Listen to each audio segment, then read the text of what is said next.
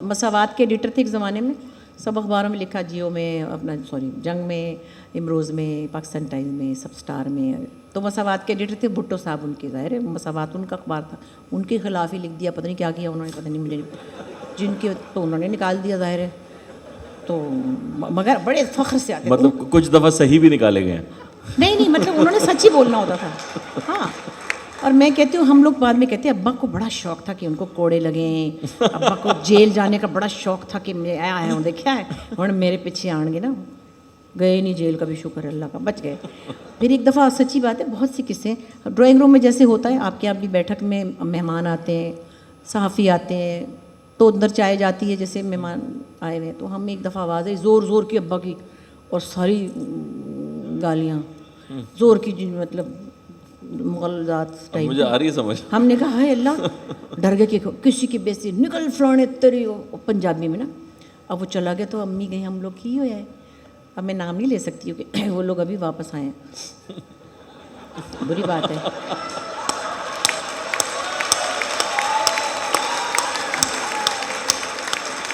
ان کی طبیعت بھی ٹھیک نہیں رہتی، میں ایسی باتیں نہیں کرتی کسی کی طبیعت پہ.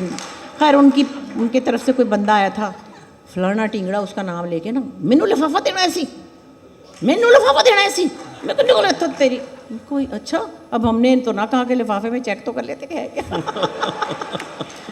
تو وہ تھا ان کا ایک، اور وہ اسی فخر کے ساتھ، اور ہم بھی we are very proud of ہم، ویری پراؤڈ آف ہم.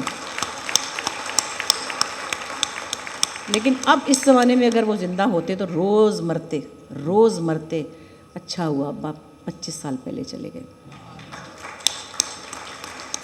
اور آخری دنوں کی ایک بات ضرور کہوں، احمد بشیر کے بارے میں تو 6 سیشن بھی کم ہے. صفدر میر اور میرے والد بہت گہرے دوست تھے، صحافی برادری، ان کو زینو کے نام سے لوگ بھی ان کے کالم پڑھتے تھے. تو دونوں روز شام کو شطرنج کھیلتے تھے. شطرنج بڑے ذہین لوگوں کا گیم ہے، ہمارے گھر میں ہر وقت شطرنج ابا کھیلتے تھے.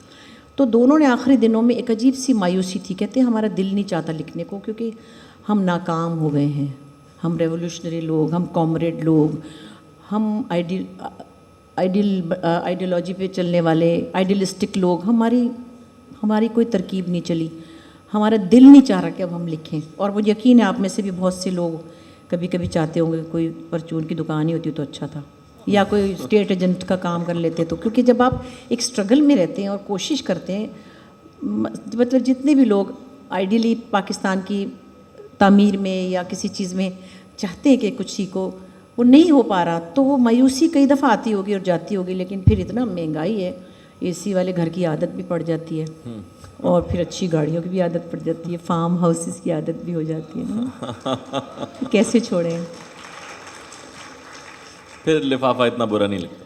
نہیں، اب لفافے کا میں نہیں کہہ رہی، تنخواہیں اچھی ہیں نا. لفافے کا تو اللہ ہی جانے کس کو ملتا ہے کس کو نہیں، اور کتنا. بیسکلی اب ان کی سیلریز بہت اچھی ہو گئی ہیں، ان کی پے رول پہ جن کے ساتھ بھی لوگ. تو وہ صحافت جو اس وقت کی تھی، جو پینسل لگا کے کاغذ لکھنے والے صحافی تھے، ان کی اور سٹرگل تھی.